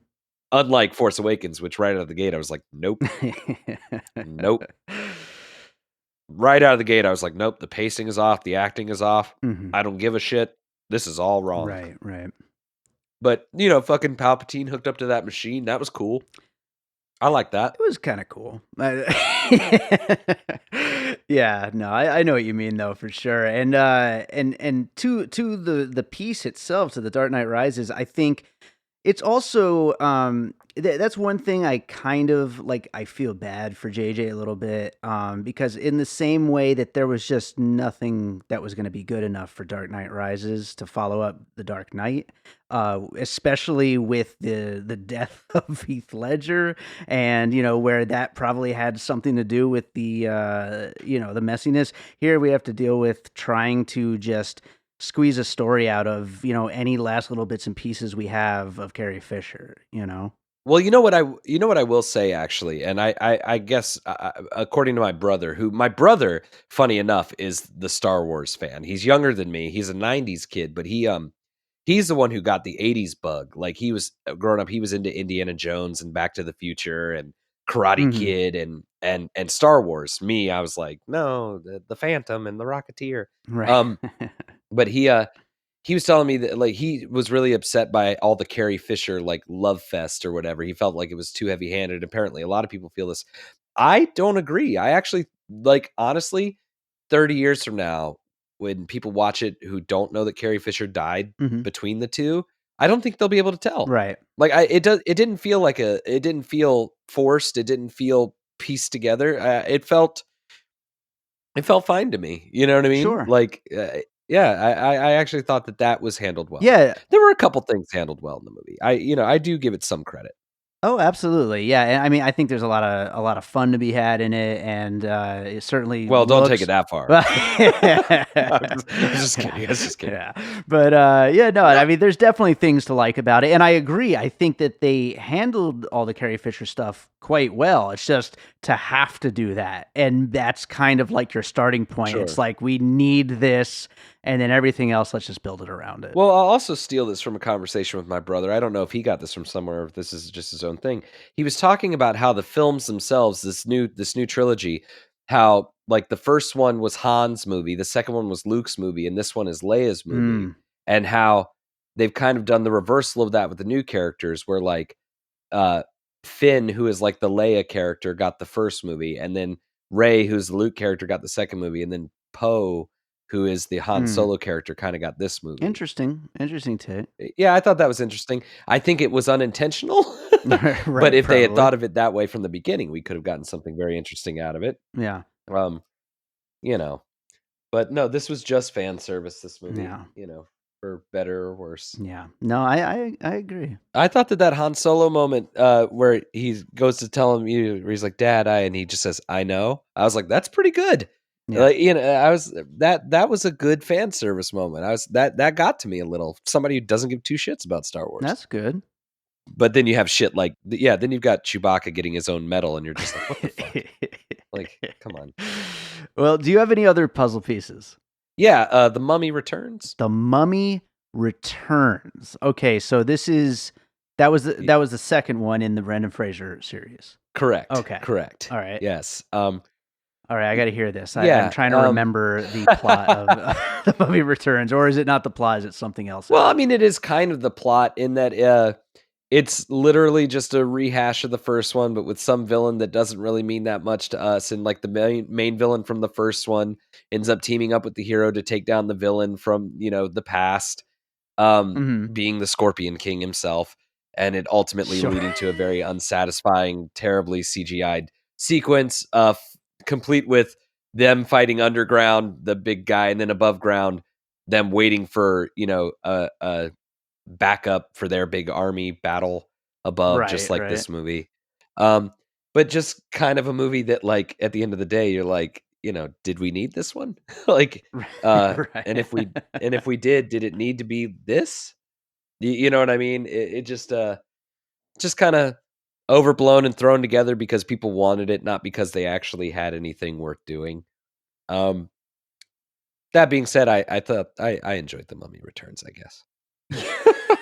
I think I really might have liked it, but I don't remember it very well. I love the first one, the first Brendan Fraser Mummy. It's great, but anything that came after that, I'm not sure.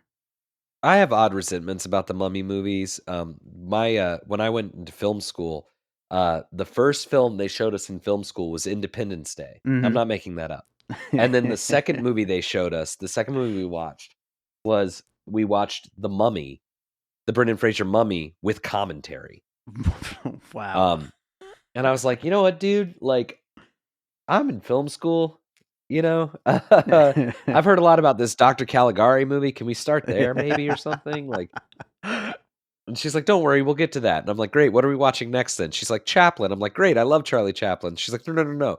The Robert Downey Jr. Chaplin film. And I'm like, what the fuck?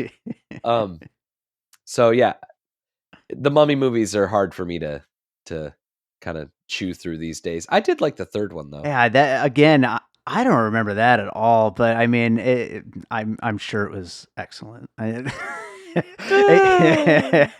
You know what's funny too is two of the other conversations that we had on this super episode brought up Indiana Jones, and I mean, The Mummy and Indiana Jones. I mean, come on, Yeah, kind of perfect that through line there. I liked the fourth Indiana Jones. I'm not gonna lie. Like I've seen them all in bits and pieces, but the only one that I've ever sat through from start to finish was the fourth one.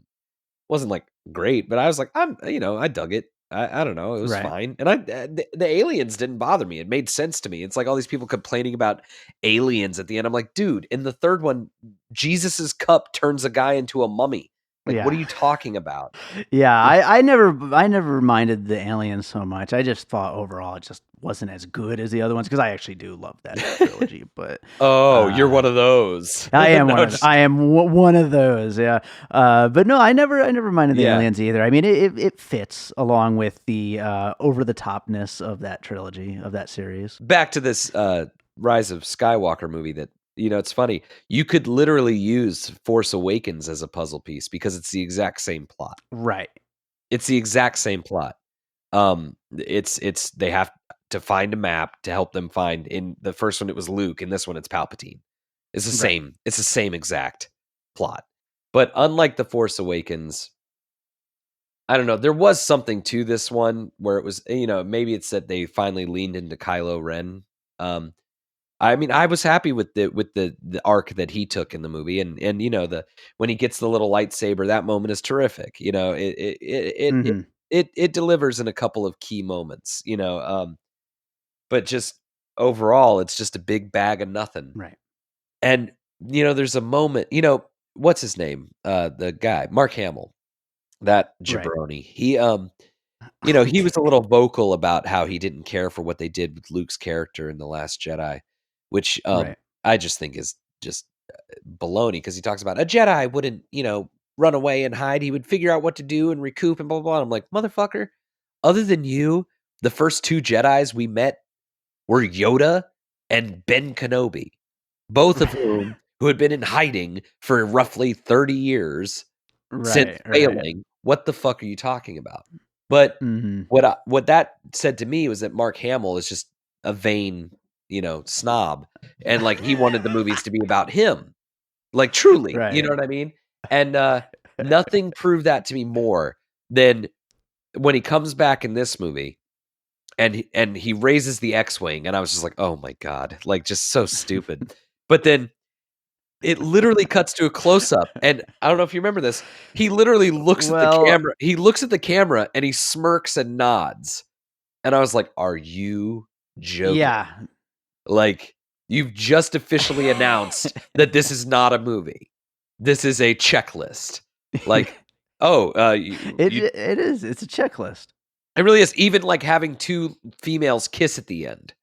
Like, oh, you wanted gays in the movie, so there you go. We'll wedge them into the corner with these two nothing characters, but we'll also make sure that you know that Poe isn't gay. We'll have Felicity turn him down twice. That was absolutely the least amount that you could do for gay representation in a movie. Yeah, but still, you get to check it off the box, buddy. You That's know, right. like that. So I guess that was JJ's only goal, and if that's your only goal, then mission accomplished. But you want to talk about what amazes me, and we'll wrap this up soon. I'm sorry if it's going too long, but what's amazing to me is that in a movie full of nothing but fan service, right? How did they miss this opportunity when she is on the ground fighting the Emperor, and she like starts hearing the voices of all the Jedis, right? And she stands up and she's like, I am all of the Jedi, right? How the hell, dude, did they not have her stand up and have every fucking ghost Jedi behind her? Like, give us that money shot with, Qui-Gon and Sammy Boy and Obi-Wan and Anakin and Luke and Leia, and you know what I mean? Even like the no-name Jedis from the prequels and shit like that, like, or from the cartoons. How did they not do that? Who messed that up? Right. Yeah, you're absolutely right, because it's been shown plenty of times over these movies that they can just show up as ghosts. Right. So it can happen. And then on top of that, it would have been like the most memeable moment of the movie. Like, people would be sharing that picture for years. And yeah, exactly. And unlike the really terrible fan service moment in Avengers Endgame when all the women are in one shot together for no reason, right? This would have been done by design, and it would have been a dramatic payoff to a moment, and it would have given us that not only fan service like release, but the dramatic catharsis. You know what I mean? Even I, a non-Star Wars fan, would have gotten a little bit of a woo. That's pretty cool. There they all are at once. Like, that's fucking dope. You know what I mean? Yeah. Hell yeah. Like, I would have been so into that, and they just didn't do it. And what really blows my mind is I'm thinking, like, well, why wouldn't you? I start thinking, like, because it's the most obvious decision. Why wouldn't you do it? And all I could think of is like, maybe they didn't want to pay for like likeness rights or something. But then I thought, like, what are you talking about? Like, that shot, even if that shot alone cost $30 million, so what? Right. So the fuck what? Like, you're closing out 40 years of movies and nine films and something that's the biggest freaking franchise in the history of cinema, basically. Yeah, and it would have been remembered, even though the movie itself will probably be forgotten. That moment would have been remembered forever as one of the greatest moments in Star Wars. You know what I mean? Like, but for some reason they're just like, nah, but we gave you Wedge. Ha How cool would it have been if Wedge had flown in and be like, here I am, Red Leader, and then immediately got blown up? That would have been so sick. I would have been so into that. But no, they kill the fat guy from Heroes. Whatever. Well, I think it's pretty clear that this movie is a bit of a mixed bag. Do you think... Do you think what you just said about the movie will not be remembered? Do you think that this trilogy will be something that, kids now are going to watch, and Star Wars is still going to become their favorite thing? The way that the last trilogy and then the original trilogy all was, like, every kid, for the most part, other than you and me, their favorite thing. You know what I mean? Growing up. No, that article that was posted on I can't remember who posted it, on the group page, where it was about like what this new trilogy actually is. I don't know if you got to read it, but it was great. And it was basically, I'm trying to sum it up. It's that this trilogy almost seems by design, like it was designed specifically so that original Star Wars fans wouldn't feel left out of the fan craze that's happening right now for things like how like Harry Potter fans and Marvel fans have now taken over as the new kings of geek. and like Right. that this franchise was created just to make the original geek culture of Star Wars fans still feel relevant. Right. And I think that there's a lot of truth in that. Yeah. And you know, look, this to me, this franchise, this newest trilogy, started out from a place of condescension, which was, you didn't. They're telling us from minute one, you didn't like the prequels, so we're gonna just give you what you want. Mhm. You know what I mean? Like, and to me, that's kind of like, whoa. I didn't ask you for shit. Um, and B, nobody knows what they want. You know what I mean? Like, that's Right. just the truth. Like, and when they do, it's not anything real. Sure. And like if they had just, if it wasn't for Empire, honestly, if it wasn't for Empire, I don't think that the fandom of Star Wars would have gone to the next generation. Mhm. It would have just been this thing that like happened that was like, ooh, really impressive, almost like Avatar. Mhm. You know what I mean? Almost like Avatar was.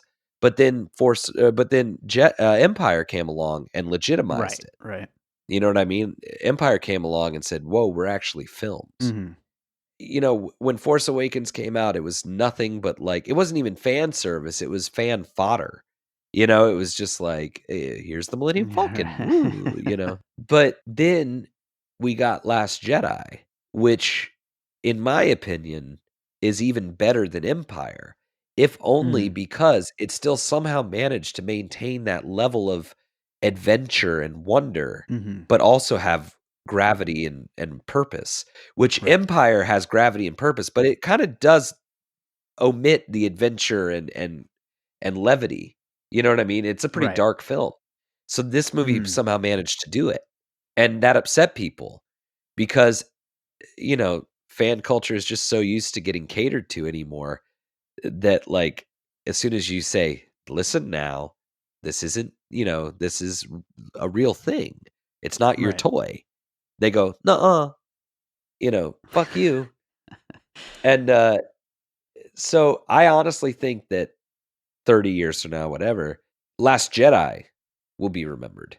Mhm. And I think that Last Jedi will be reevaluated and people will come around. Because think about when Phantom Menace came out and it was like, look, it has R2 and it has, Tatooine and it has C3PO and lightsabers and Obi-Wan. We were like, so? Right. Like people were like, who the fuck cares? We don't like the movie. Yeah. Like, well, I did, but you know what I mean? Right. But now when Force Awakens came out, for some reason everyone's like, I loved it. It had Chewbacca and the Millennium Falcon and Luke was at the end. And you're like, well, what about the movie? And you're like, and it had R2 at the end. Yeah. And you're like, okay, got it. Yeah. Got it.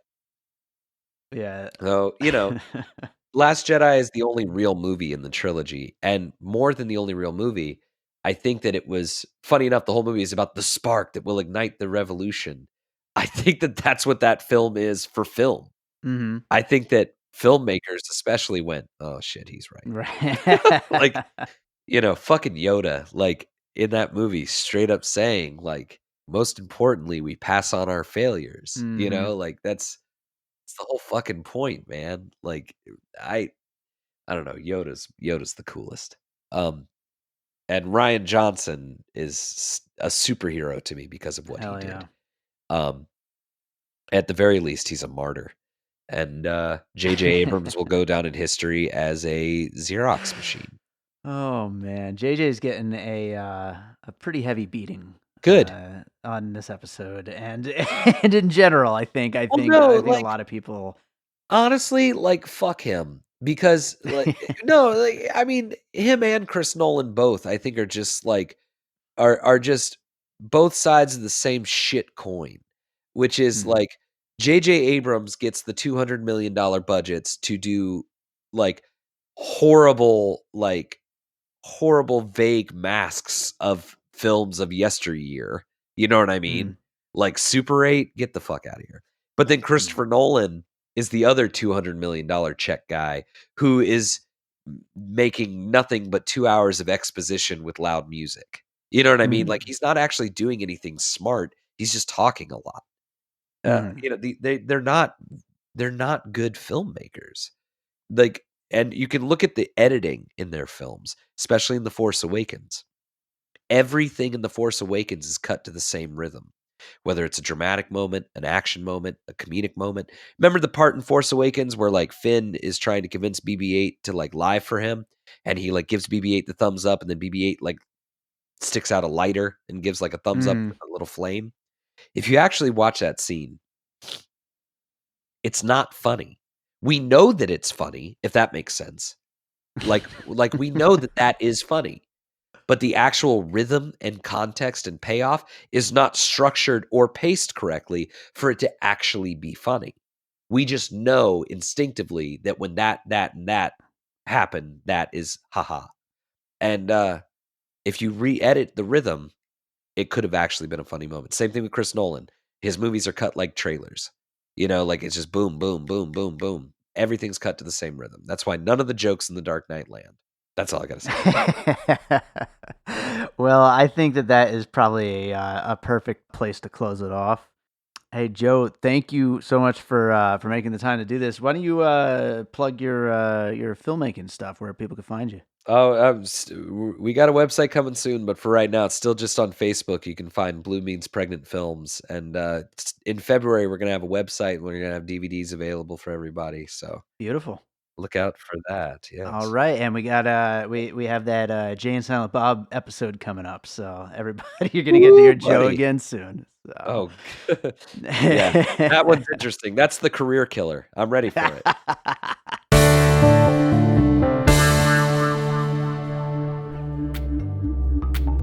This is Todd from iHeart Geek. We believe that anything you're passionate about is geek. And if you are a geek, you are family here.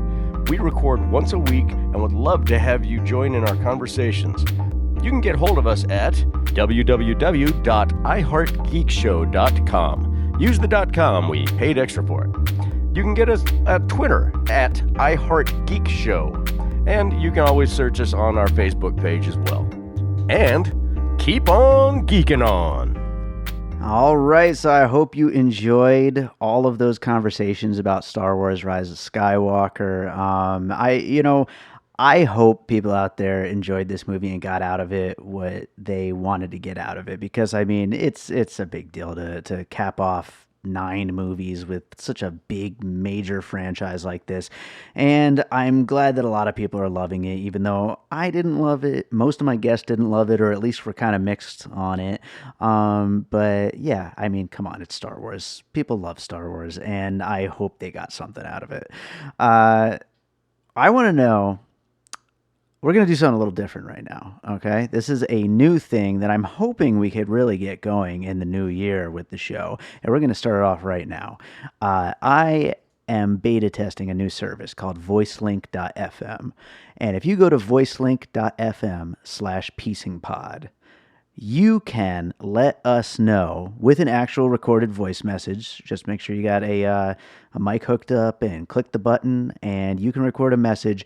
Let us know if we missed any puzzle pieces. The finished puzzle, if we're including everything that everybody that was just on the show talked about, would include Raiders of the Lost Ark, every Indiana Jones movie, every Star Wars movie, of course, The Goonies, Mad Max, Terminator 2, Romeo and Juliet, Men in Black, Halloween 6, The Dark Knight Rises, and The Mummy Returns.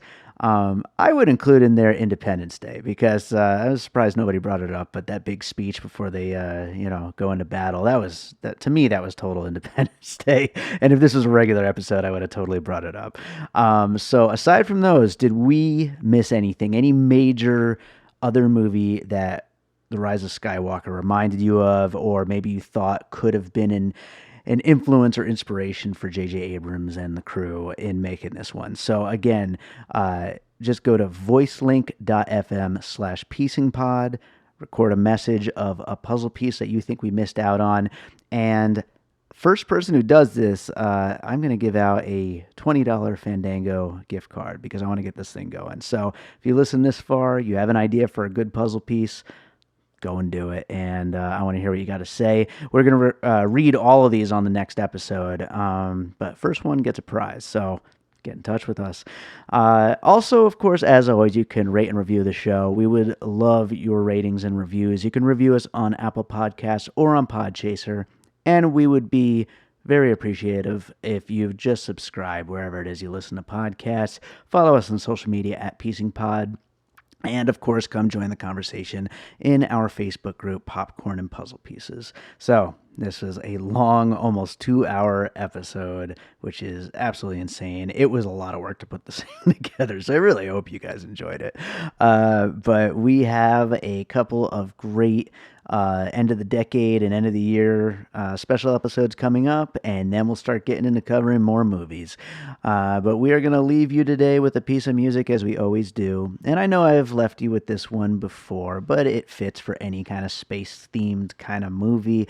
And that is my track, The Void, from my most recent album, A Different Kind of Dream. So enjoy The Void, and go to that voicelink.fm/piecingpod and let us know if we missed out on any puzzle pieces, and rate and review us on Apple Podcasts and Podchaser, because we really want to know what you think of the show. And get in touch. We love hearing from you guys. We'll be back with more Piecing It Together. Oh, and happy holidays, everyone.